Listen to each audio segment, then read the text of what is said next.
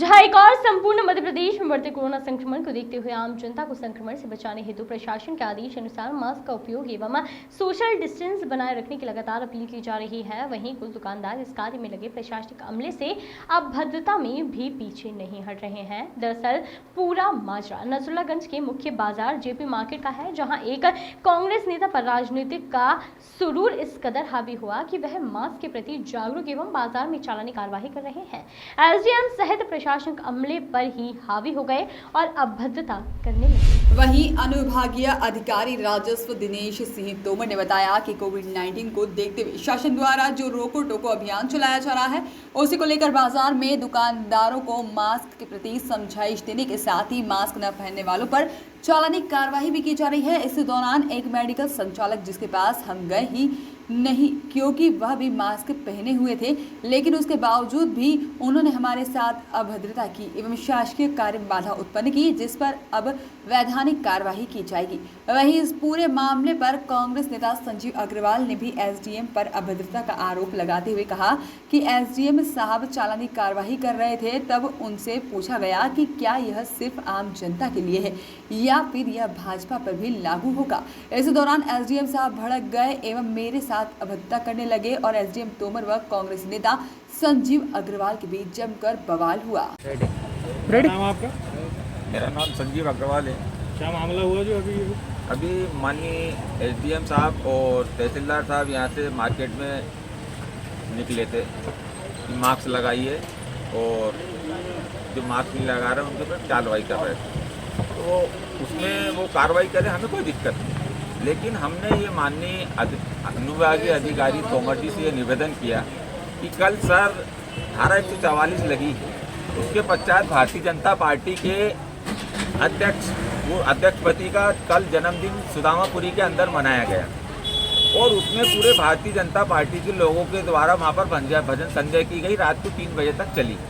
हमने ये कहा कि साहब जब वहाँ इस आधार पर वहाँ पर भजन संध्या हुई, आपने वहाँ कार्रवाई नहीं की, लेकिन यहाँ आम आदमी को आप कोरोना के नाम पर परेशान कर रहे हैं और चालान बना रहे हैं, जबकि आपके नाक के नीचे भजन संध्या 3 बजे तक हुई।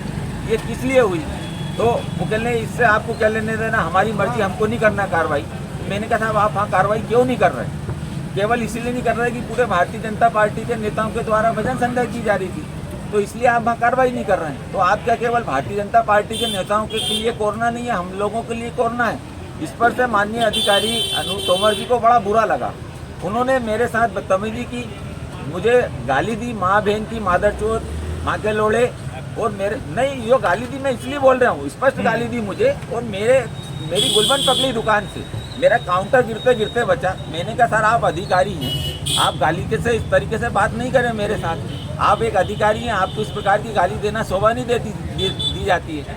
तो मैंने कहा मैं आपसे अच्छे से बात कर रहा हूँ, मैं आपसे केवल ये निवेदन कर रहा हूँ कि आप एक पक्षी कार्रवाई क्यों कर रहे हैं, कार्रवाई सबके खिलाफ कीजिए। तो उनको इस बात पर बड़ा बुरा लगा, वो मेरे को काफ़ी गाली गलौज की, वो मुझसे बनेगा जो मैं करूँगा, तू कौन होता है मुझे नियम कानून बताने वाला। मैंने कहा नियम कानून बताने वाले नहीं है, लेकिन आपसे निवेदन ये कर रहे हैं कि कार्रवाई सही की जाए। आप केवल भारतीय जनता पार्टियों के नेताओं की सूरत देखकर आप किसी पर कार्रवाई नहीं कर रहे हैं, ये कौन सा नियम है? कोरोना तो सबके लिए है ना। इस प्रकार मेरे साथ भारी बदतमीजी की गई।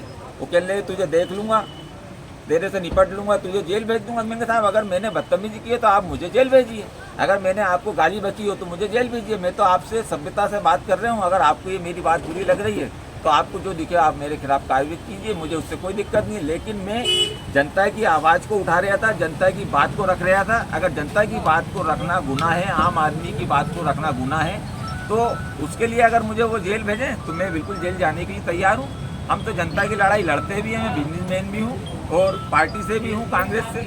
मैंने अगर जनता की बात उठाई इसलिए जनता के लिए मुझे जेल जाना पड़े तो मुझे उसमें कोई दिक्कत नहीं है, हम बिल्कुल जाने के लिए तैयार हैं। लेकिन जनता की आवाज़ को उठाएंगे और जो गलत हो रहा है यहाँ पर उसके खिलाफ हम अपनी आवाज़ को उठाते रहेंगे, उस आवाज़ को कभी हम दबने नहीं देंगे, जनता के लिए लड़ते रहेंगे। सर ये जिस प्रकार से आज मार्केट में क्या मामला है? कोविड-19 के संक्रमण को फैलते दृष्टि से शासन द्वारा जो गाइडलाइन जारी की गई है उसमें रोको टोको अभियान चल रहा है हमारा। और जो दुकानदार बिना मास्क के मास्क के सामान दे रहे हैं, उन लोगों को हम तो समझाइश देने के बाद में उनका चालानी कार्रवाई कर रहे हैं। ऐसा ही बाहर भी कोई मोटरसाइकिल के बिना या पैदल घूम रहे हैं, उनको समझाइश देने में चालानी कार्रवाई कर। उसमें कोई मेडिकल स्टोर है, जबकि हम उनकी दुकान पर गए भी नहीं थे, उन्हें तो खुद स्वयं मास्क लगा रखा था, उसके बावजूद भी बदतमीजी कर रहे थे। शासकीय कार्य में बाधा है। क्या नाम है सर उनका? नाम तो नहीं मालूम मुझे। मेडिकल सर स्टोर ऐसे है। लोगों पे कोई कार्रवाई होगी? कार्रवाई करेंगे नियमानुसार, जो कार्रवाई बनती है वो करेंगे। वॉइस ऑफ राइट्स के लिए नसरुल्लागंज से मुकेश विश्वकर्मा की रिपोर्ट।